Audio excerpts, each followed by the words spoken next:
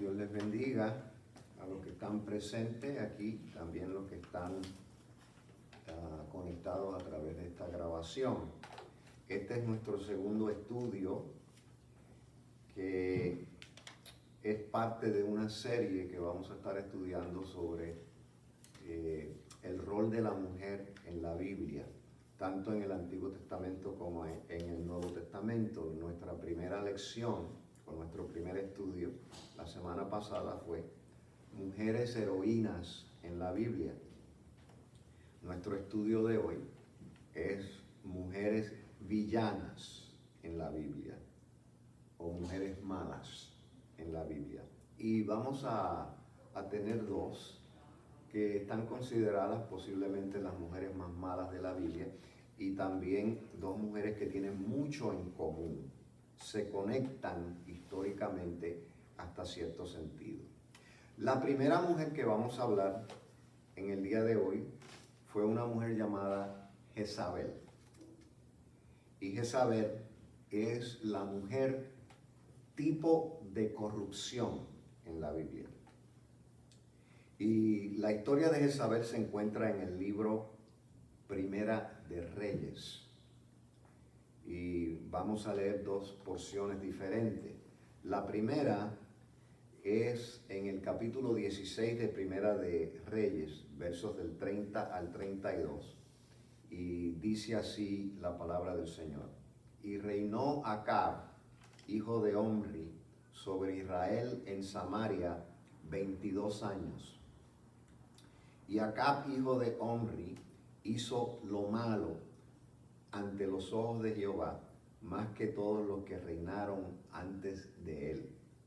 Porque le fue ligera cosa andar en los pecados de Jeroboam, hijo de Nabat, y tomó por mujer a Jezabel, hija de Baal, rey de los Sidonios, y fue y sirvió a Baal, y lo adoró.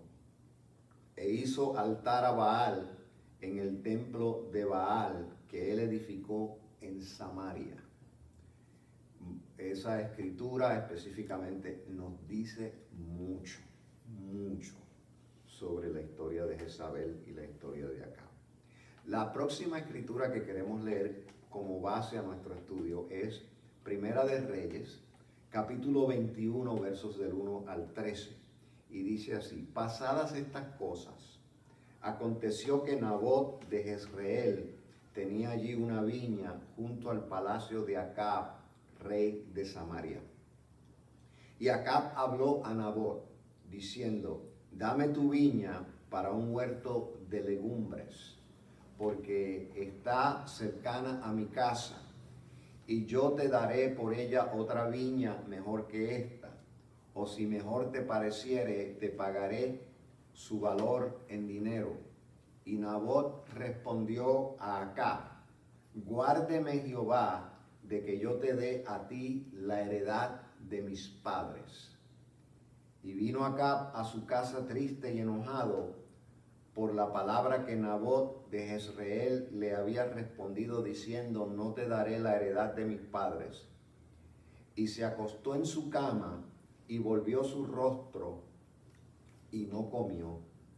Vino a él su mujer Jezabel y le dijo: ¿por qué está tan decaído tu espíritu y no comes? Él respondió: porque hablé con Nabot de Jezreel y dije que me diera su viña por dinero, o que si más quería le daría otra viña por ella. Y él respondió: yo no te daré mi viña. Y su mujer Jezabel le dijo: ¿eres tú ahora rey sobre Israel? Levántate y come y alégrate. Yo te daré la viña de Nabot de Jezreel. Entonces ella escribió cartas en nombre de Acab y las selló con su anillo y las envió a los ancianos y a los principales que moraban en la ciudad con Nabot. Y las cartas que escribió decían: proclamad ayuno y poned a Nabot delante del pueblo y poner a 2 hombres perversos delante de él que atestiguen contra él y digan: tú has blasfemado a Dios y al rey. Y entonces sacadlo y apedreadlo para que muera. Y los de su ciudad, los ancianos y los principales que moraban en su ciudad, hicieron como Jezabel les mandó, conforme a lo escrito en las cartas que ella les había enviado, y promulgaron ayuno y pusieron a Nabot delante del pueblo. Vinieron entonces 2 hombres perversos y se sentaron delante de él, y aquellos hombres perversos atestiguaron contra Nabot delante del pueblo, diciendo: Nabot ha blasfemado a Dios y al rey, y lo llevaron fuera de la ciudad y lo apedrearon y murió. ¿Eh? Bien, notaron ustedes que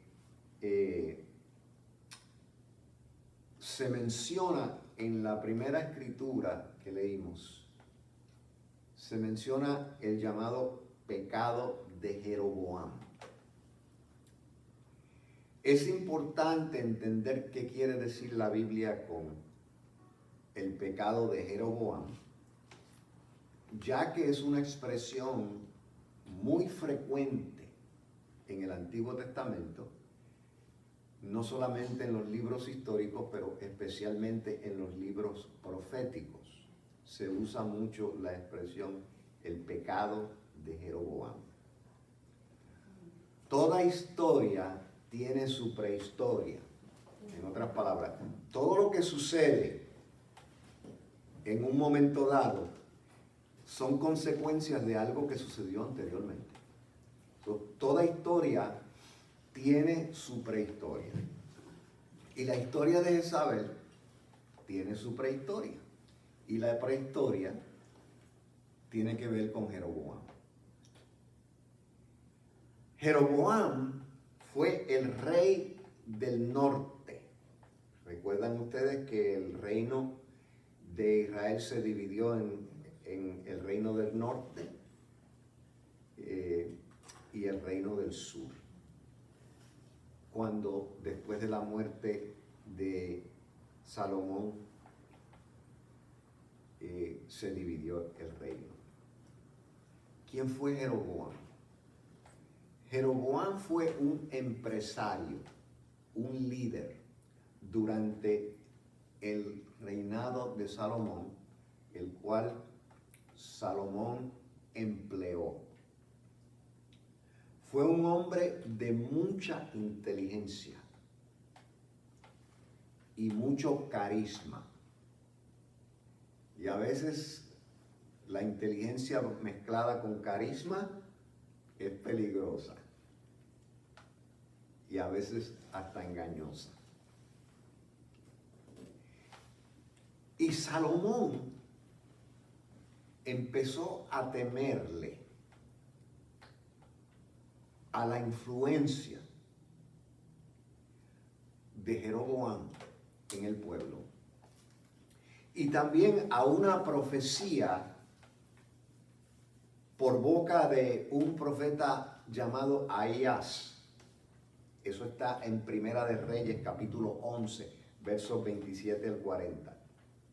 Entonces Salomón lo persiguió porque se dio cuenta que Jeroboam, quien él había empleado,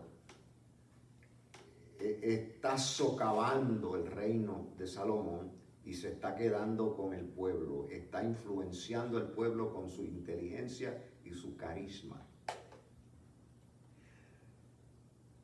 Lo persiguió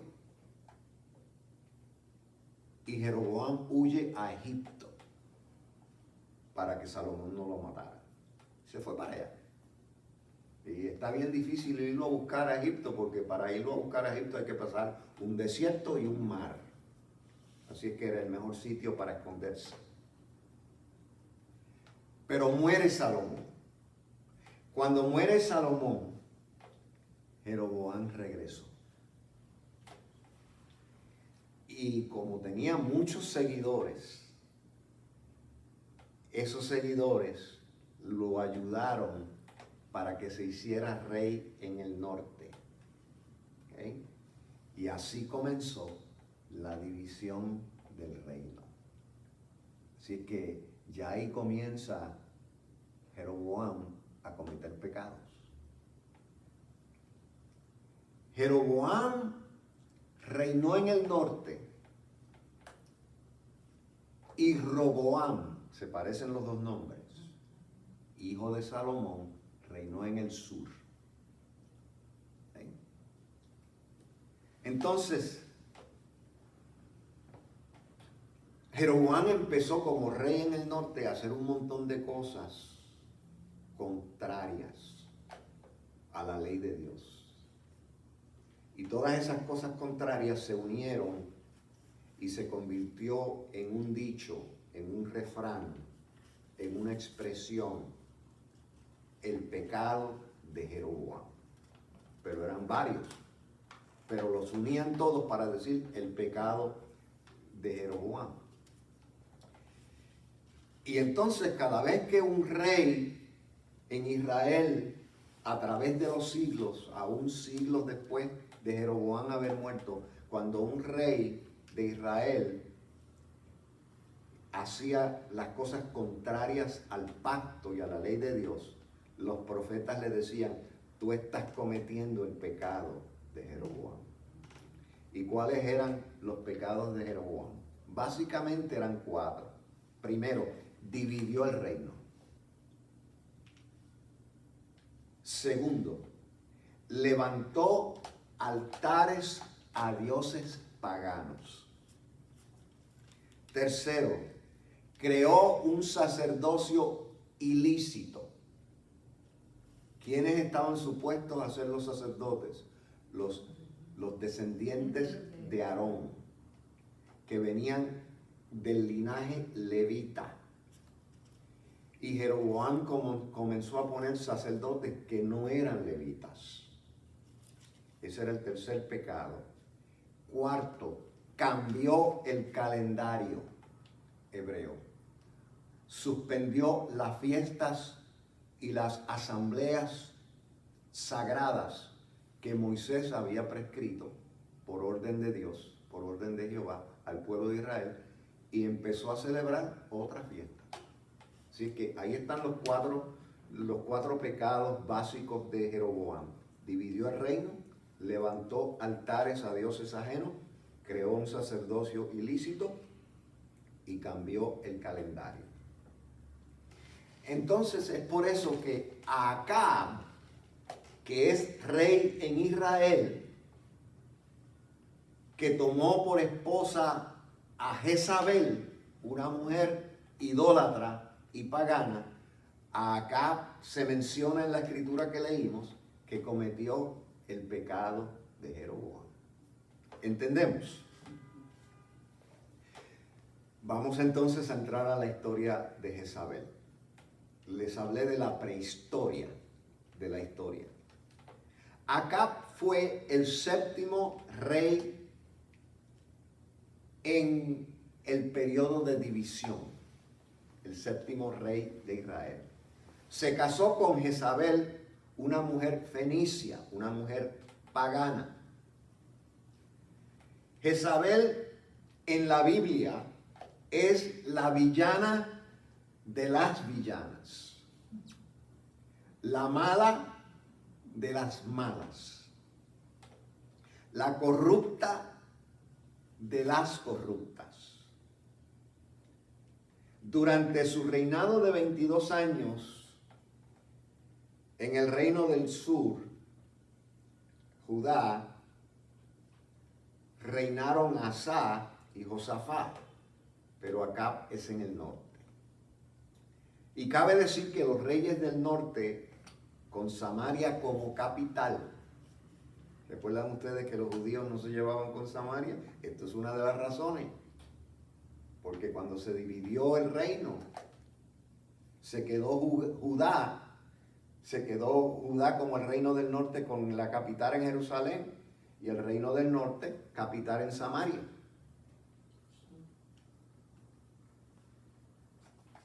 Y en la mayoría de los casos, en el norte, los reyes del norte se convirtieron en déspotas e idólatras. Entonces el matrimonio entre Acab y Jezabel significó para Israel mucho más que un mero casamiento. Va mucho más allá de que el rey Acab, que es israelita, se casa con una mujer pagana. Va mucho más allá de eso. Este matrimonio entre Acab y Jezabel representó 3 violaciones al pacto de Dios con Israel y devastadoras consecuencias. Primero, la primera violación es en términos de su relación matrimonial. Se casó con una mujer prohibida, mujer pagana, lo que la Biblia le llama un yugo desigual. Segundo, es una violación en términos del manejo de su función como rey. Desempeñó un liderato débil. Y todo líder debe ser una persona con espinazo y no de doble ánimo. Y tercero, la tercera violación en términos de su responsabilidad ante el pueblo de Dios. Llevó al pueblo de Dios, todas las tribus del norte, hacia una idolatría. A partir de esta unión matrimonial y los resultados de esta, 3 personas cobran fama, notoriedad y simbolismo en toda la Biblia. Así que esta historia es bien significativa en toda la Biblia. 3 personas cobran una importancia sin igual en la Biblia. ¿Quiénes son esas 3 personas? Primero, Jezabel. Jezabel se convierte en símbolo de seducción y corrupción, tanto en el Antiguo Testamento como en el Nuevo Testamento. Segundo, Acab. Acab se convierte en símbolo de debilidad para los líderes del pueblo de Dios. Acab es el símbolo, el tipo del líder débil. El líder que se deja arrastrar. El líder que se deja manipular. Y tercero,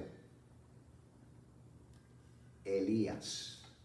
Porque Elías fue el profeta cuyo funcionamiento y ministerio profético se dio en Israel durante el tiempo de Jezabel y de Acab. Y Elías se convierte en símbolo de poder, obediencia y fe. 3 cosas. Y dicho sea de paso, el nombre Elías quiere decir Jehová es Dios.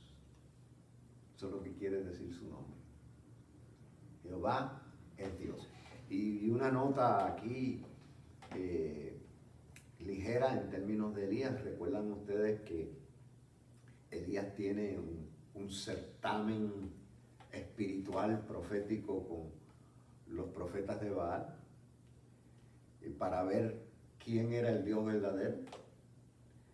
Y los profetas de Baal no pudieron encender el holocausto. Sin embargo, cuando Elías clama a Dios, el holocausto aún lleno de agua, el holocausto se enciende. Y cuando el holocausto se enciende, ¿qué gritaba el pueblo al ver eso? ¿Qué era lo que gritaba el pueblo? El pueblo gritaba, Jehová es Dios. Jehová es Dios. En otras palabras, el pueblo gritaba, Elías, Elías. Jehová es Dios. El rey Acab aparece como un rey débil y Jezabel como una mujer manipuladora y corrupta. ¿Cuántos han conocido mujeres manipuladoras y corruptas? ¿Cuántos han conocido hombres manipuladores y corruptos? De que los hay, los hay. La cosa es dar con ellos, como decía un comediante puertorriqueño. Y es aquí cuando el profeta Elías aparece en escena en forma misteriosa. No se nos dice nada de su llamado, sino que comenzamos a leer de él en todo el apogeo de su ministerio y oposición a Acab y a Jezabel. Pero sí es una historia de un profeta que vivió de milagro en milagro. Desde luego, es el segundo profeta que más milagros hace, porque el primero, el profeta que más milagros hace en la Biblia, en el Antiguo Testamento, es Eliseo, no es Elías. Eliseo fue alumno de Elías, porque Elías tenía una escuela de profetas y uno de sus alumnos fue Eliseo. Su historia, la historia de Elías, se encuentra en los capítulos 17 de Primera de Reyes hasta el capítulo 2 de Segunda de Reyes. En el capítulo 19 podemos ver que aún siendo Elías un profeta de obediencia, de fe y de poder, tenía sus debilidades. Tenía su fragilidad humana. Y al sentirse Elías perseguido por Jezabel, porque Jezabel lo persiguió, lo amenazó, y Elías salió huyendo de Jezabel, se siente abandonado por Dios y se desea la muerte, se deprime. Un ángel se le aparece y lo alimenta y lo fortalece. Una segunda vez el ángel lo alimenta y le dice las famosas palabras que nosotros conocemos, que se usan mucho y que se predica mucho y que son palabras que se le dijeron, que le dijo el ángel a Elías, que conocemos muy bien. Levántate y come, porque largo camino te resta. De manera que Jezabel es también tipo de tramas malignas en contra de los siervos de Dios y de los humildes y los menos afortunados. Ejemplo de ello fue la trama de ella para desposeer a Nabot de su viña, de su finca, de su herencia, de su terreno. La muerte de Jezabel y Acab fueron profetizadas por Elías a raíz de la injusticia cometida en la muerte de Nabot, para arrebatarle su viña de parte de Jezabel y Acab. Y aunque Acab se arrepintió cuando Elías le profetizó su muerte, y Dios momentáneamente quitó el mal profetizado a Acab, Acab volvió a su maldad. Y el mal profetizado siempre sucedió, muriendo en una batalla, y eso, la muerte de él, se encuentra en Primera de Reyes, capítulo 22, versos del 34 al 40. Jezabel muere en lo que se llama una fenestración. ¿Y qué es una fenestración? Una fenestración es una palabra que lo que quiere decir es tirar a alguien por la ventana. ¿A cuántos de ustedes le han dado el deseo algún día de fenestrar a alguien? Fenestración, tirar a alguien por la ventana. Y los que les gusta estudiar la historia del mundo se dan cuenta y se han topado con la famosa fenestración de Praga. Y la famosa fenestración de Praga fue la pelea que ocurrió en Europa entre católicos y protestantes que tuvieron una reunión para ponerse de acuerdo, y en la reunión se acaloró el asunto, se caldearon los ánimos y hubo una pelea, y los protestantes tiraron los católicos por la ventana, y ahí se formó lo que se llama la guerra, lo que se conoce en la historia como la guerra de los 30 años, que fue una guerra campal en Europa, y ese incidente se conoce como la fenestración de Praga, porque sucedió en la ciudad de Praga. Jezabel muere en una fenestración, la tiraron por la ventana, por una ventana.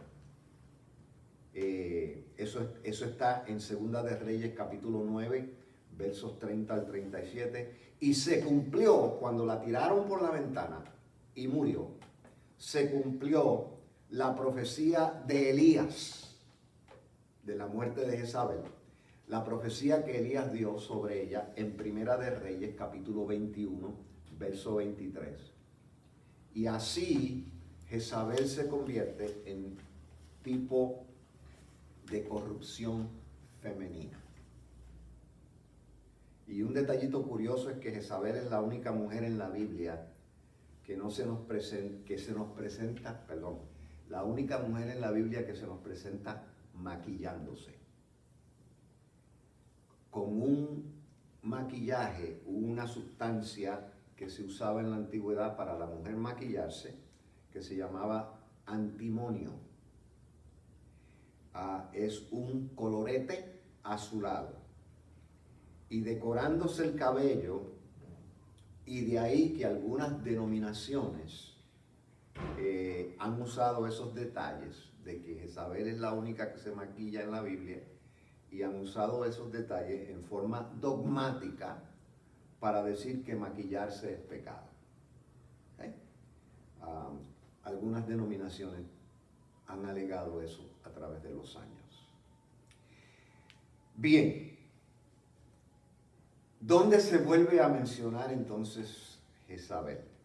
En el libro de Apocalipsis. En el libro de Apocalipsis se menciona una supuesta profetisa que ministra en la iglesia de Tiatira, una de las 7 iglesias del Apocalipsis, a la que se le llama Jezabel. El versículo dice así, capítulo 2, verso 20 del libro de Apocalipsis dice: pero tengo unas pocas cosas contra ti, que toleras a esa mujer Jezabel, que se dice ser profetisa, y toleras que enseñe y seduzca a mis siervos a fornicar y a comer cosas sacrificadas a los ídolos. ¿Okay? La carta que le envía Jesucristo, que es el autor del Apocalipsis, según la narrativa de este libro, se le envía esta carta a Juan. Dice: escríbele a la iglesia en Tiatira. En esa iglesia tienen a esa mujer que se llama Jezabel. Y se permite en la iglesia que enseñe y que seduzca a mis siervos a fornicar y a comer cosas sacrificadas a los ídolos. Entonces vamos a ver quién es esa Jezabel del Apocalipsis. Hay varias teorías en términos de quién es Jezabel en el Apocalipsis, qué interpretaciones se dan. Hay varias. La primera interpretación que se le da a esta Jezabel del libro de Apocalipsis es que Jezabel en el libro de Apocalipsis es un personaje real, que es una mujer real, que es miembro de esa iglesia y que se llama Jezabel. Esta postura se acepta de parte de aquellos que le atribuyen al libro de Apocalipsis una interpretación literal. Los que creen que el libro de Apocalipsis es literal, que todo lo que dice ahí es así como dice, y que casi nada es simbólico, o nada es simbólico, creo que todo es literal, interpretan que Jezabel es una mujer real, que es miembro de esa iglesia, que es profetisa, y que está conduciendo el resto de la iglesia a corrupción y fornicación. También alegan los que interpretan que la Jezabel del Apocalipsis es una mujer real, que la misma doctrina de los nicolaitas a la que tal Jezabel se asociaba, se estaba tratando de infiltrar en las iglesias de Éfeso y Pérgamo, pero en ellas no se menciona como relacionado a una mujer llamada Jezabel. Los nicolaitas era una secta gnóstica o falsa que existió durante el tiempo del Nuevo Testamento, alrededor del año 200 después de Cristo. No tenemos información muy exacta de sus prácticas, excepto que promovía eventos y ceremonias inmorales con fines idólatras. Y los que se oponen a esta interpretación de que sea una mujer real, alegan que de ser así, sería demasiado mucha coincidencia de que en una iglesia haya una mujer que se llame Jezabel, igual que la del Antiguo Testamento, y que cometa exactamente los mismos pecados. ¡Qué casualidad!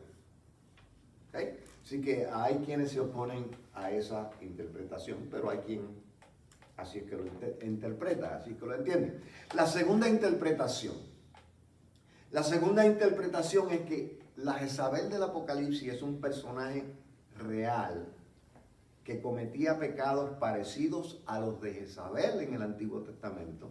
Según esta interpretación, lo que se nos quiere decir es que aparentemente había en aquella congregación una mujer que se hacía pasar por profetisa y que inducía a los creyentes a comer alimentos sacrificados a los ídolos, práctica que todavía prevalecía en el Nuevo Testamento.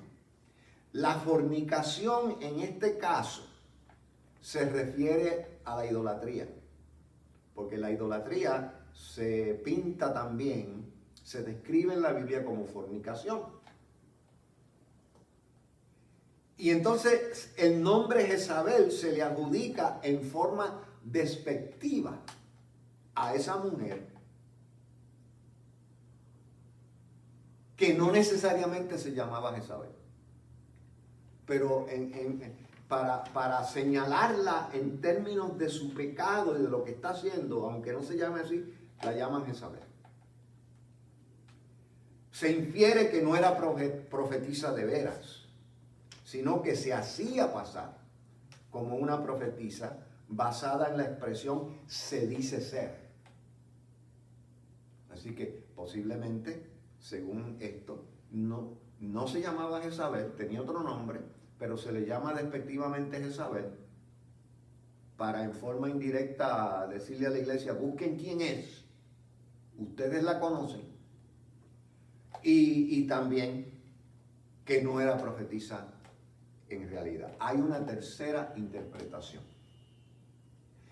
La tercera interpretación es que es un personaje simbólico y se utiliza el nombre Jezabel simbólicamente, y esta interpretación la abrazan los que ven el libro de Apocalipsis como un documento profético repleto de simbolismo. En este caso, el nombre Jezabel es utilizado simbólicamente para representar no una persona en particular, sino una práctica espiritual apóstata que se estaba colando, infiltrando en la congregación y seduciendo a los feligreses hacia la idolatría. ¿Okay? So ya vieron las tres diferentes interpretaciones.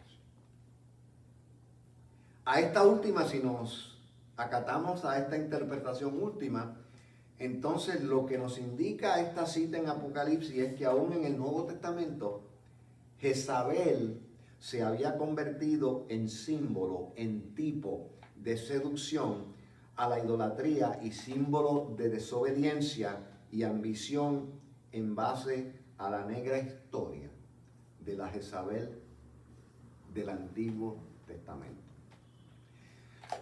Si unimos entonces la historia de Jezabel y sus pecados en el Antiguo Testamento y los unimos con la historia de la Jezabel del Apocalipsis y hacemos, uniendo esas dos historias, una sola para una enseñanza espiritual para nosotros, entonces podemos ver lo que podríamos llamar los pecados de Jezabel. Y los pecados de Jezabel, ¿se acuerdan que hablamos de los pecados de Jeroboam? Pues vamos a hablar un poquito de los pecados de Jezabel. ¿Cuáles son los pecados de Jezabel? Básicamente tres.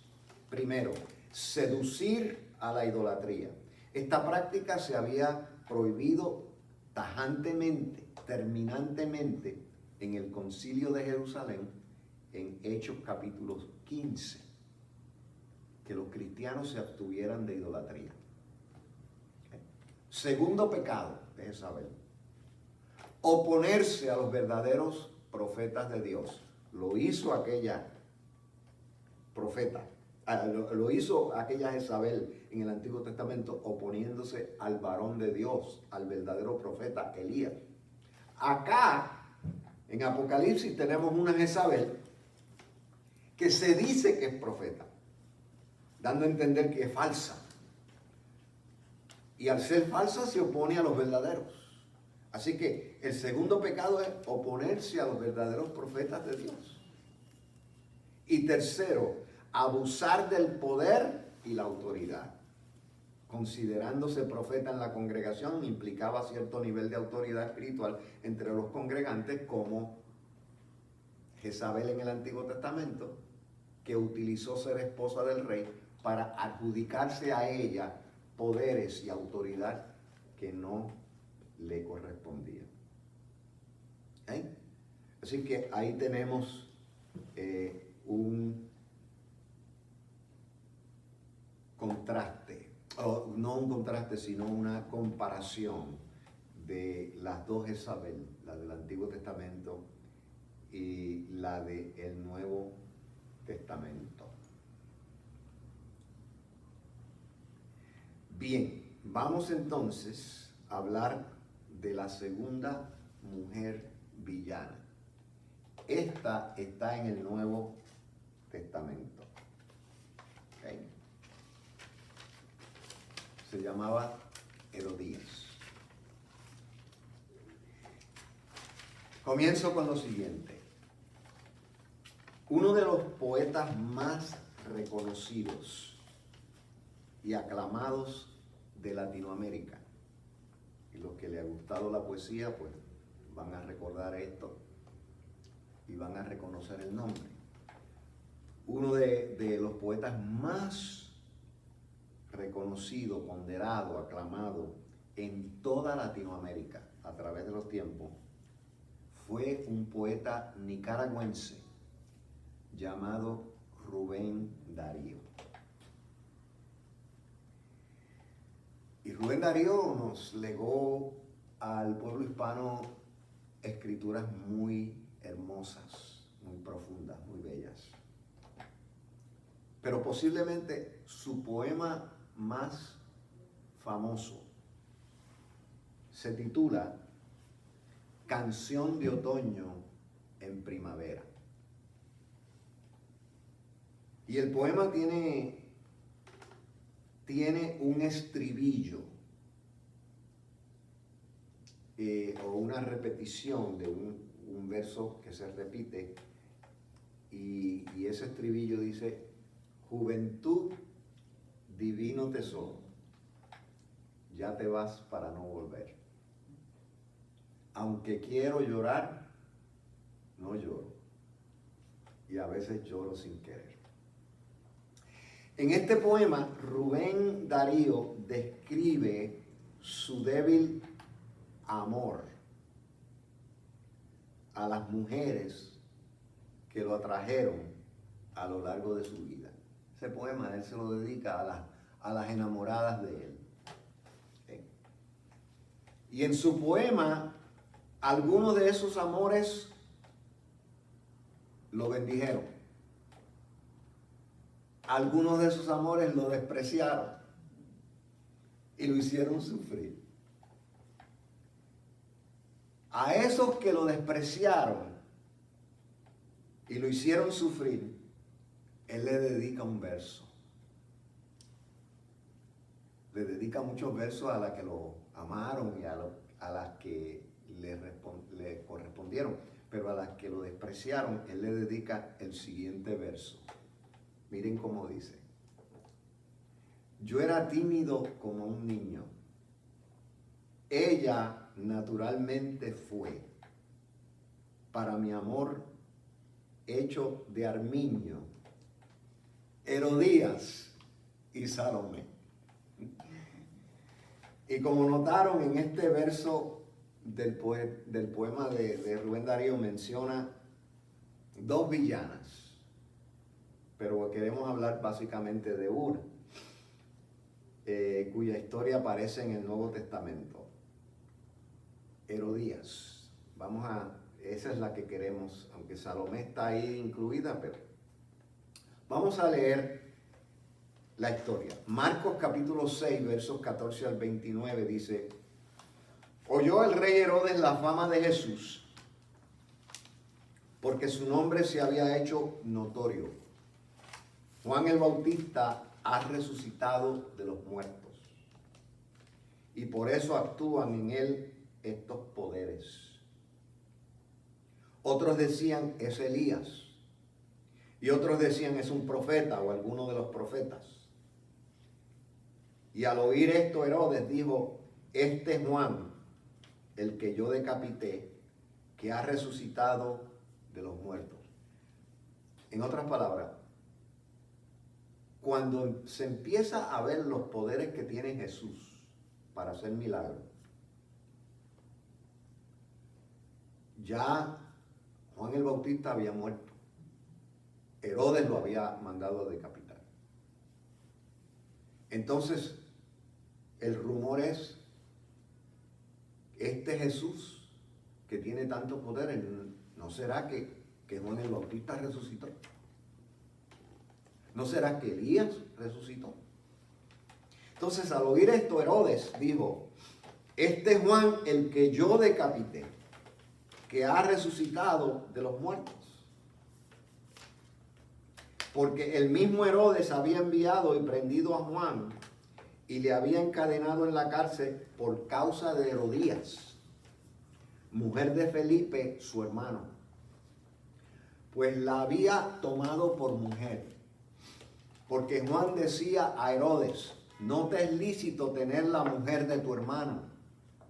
Pero Herodías le acechaba y deseaba matarle y no podía, porque Herodes temía a Juan, sabiendo que era varón justo y santo, y le guardaba a salvo, y oyéndole se quedaba muy perplejo, pero le escuchaba de buena gana.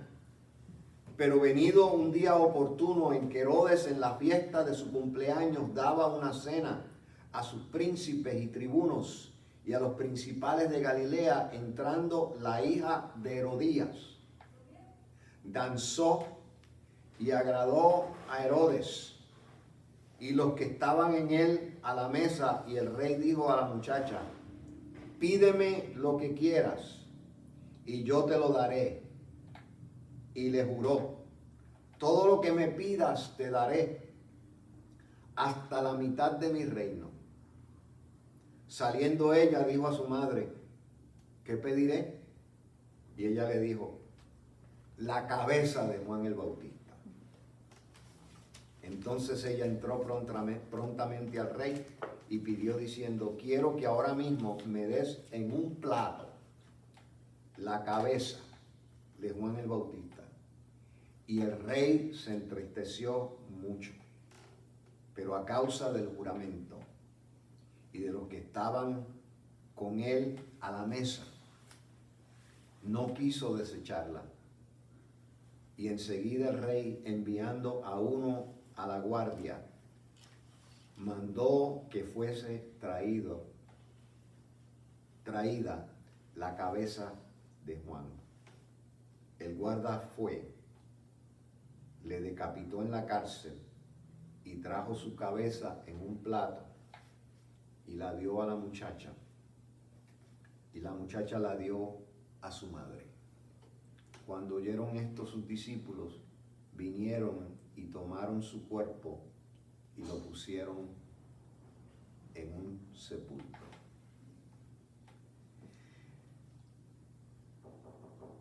Herodías era hija de Aristóbulo,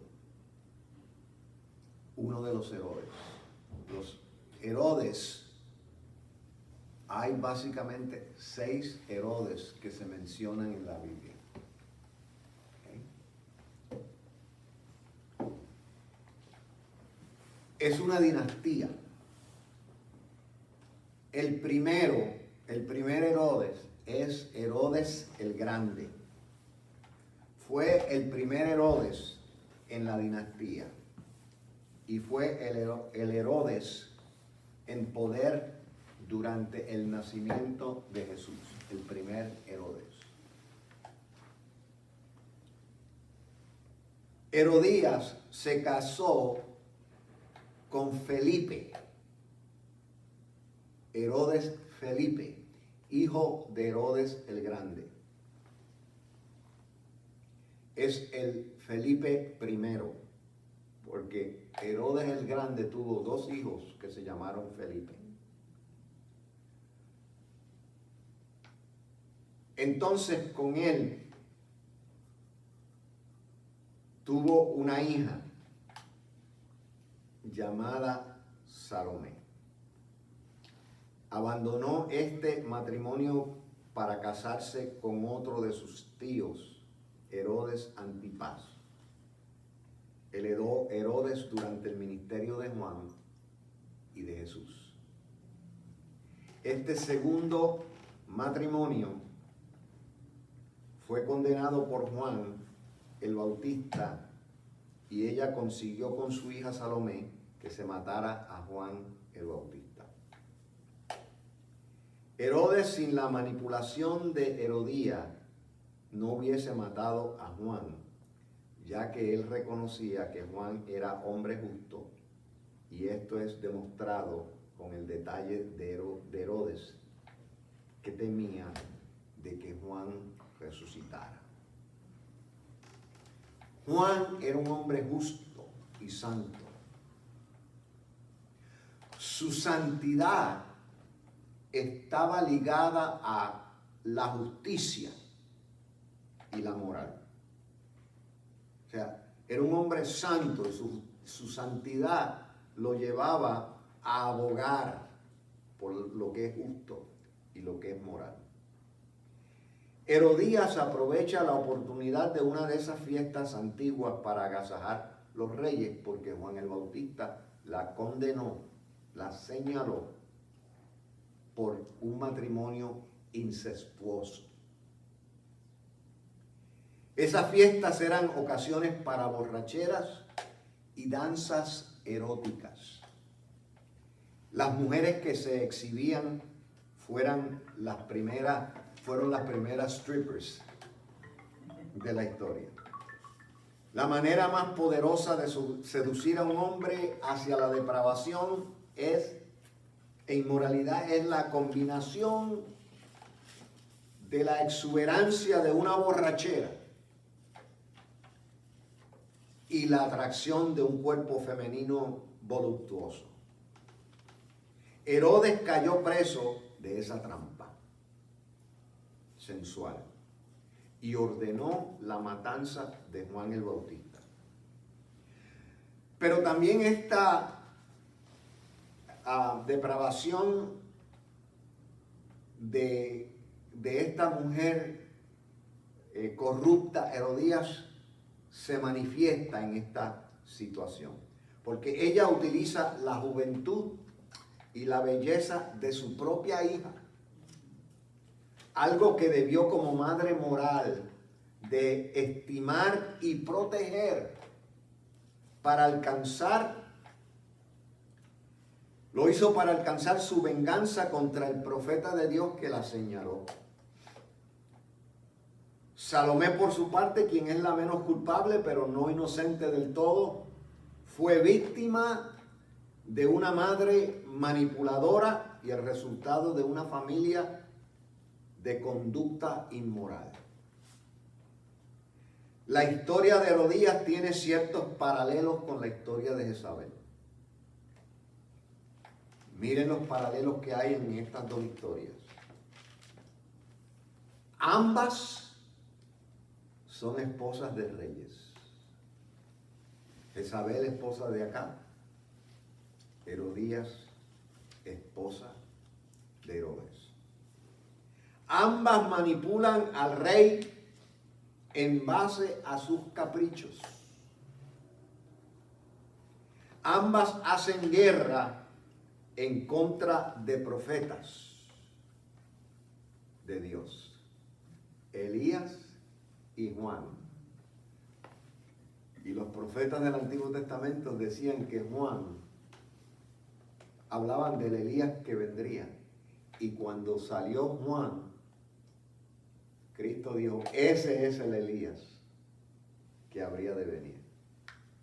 Así que en Elías, la relación y la conexión que existe entre Elías y Juan, ahí también se vislumbra, se ve la conexión entre Jezabel y Herodías.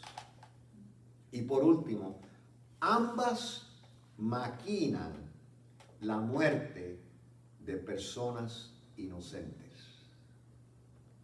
Jezabel maquinó la muerte de Nabot. Herodías maquinó la muerte de Juan. Enseñanza de estas dos historias de dos mujeres villanas, o las dos mujeres más corruptas de la Biblia. Tres enseñanzas que se desprenden de la historia de estas dos mujeres. Primero, el pueblo de Dios, la primera enseñanza, el pueblo de Dios no puede estar a favor del pecado y la maldad. No puede. Nosotros el pueblo de Dios tiene que estar separado de eso. No podemos tolerar el pecado y la maldad. Segundo, el pueblo de Dios tiene el derecho de señalar la corrupción en el mundo. Y precisamente la iglesia de Jesucristo, el pueblo de Dios, debe ser la voz profética al mundo, señalando las injusticias, señalando el pecado en nuestra sociedad. Y tercero, en ocasiones el pueblo de Dios sufre persecución por causa del mensaje de la verdad. No nos extrañemos cuando suframos colectiva o individualmente persecución por causa de la verdad. Hay muchos creyentes en el mundo entero que están sufriendo persecución de toda clase. Y nosotros no somos mejores que ellos. Tenemos que estar dispuestos. Vuelvo a señalar las tres enseñanzas de las historias de estas dos mujeres villanas. El pueblo de Dios no puede estar a favor del pecado y la maldad. El pueblo de Dios tiene el derecho de señalar la corrupción en el mundo, y en ocasiones el pueblo de Dios sufre persecución por causa del mensaje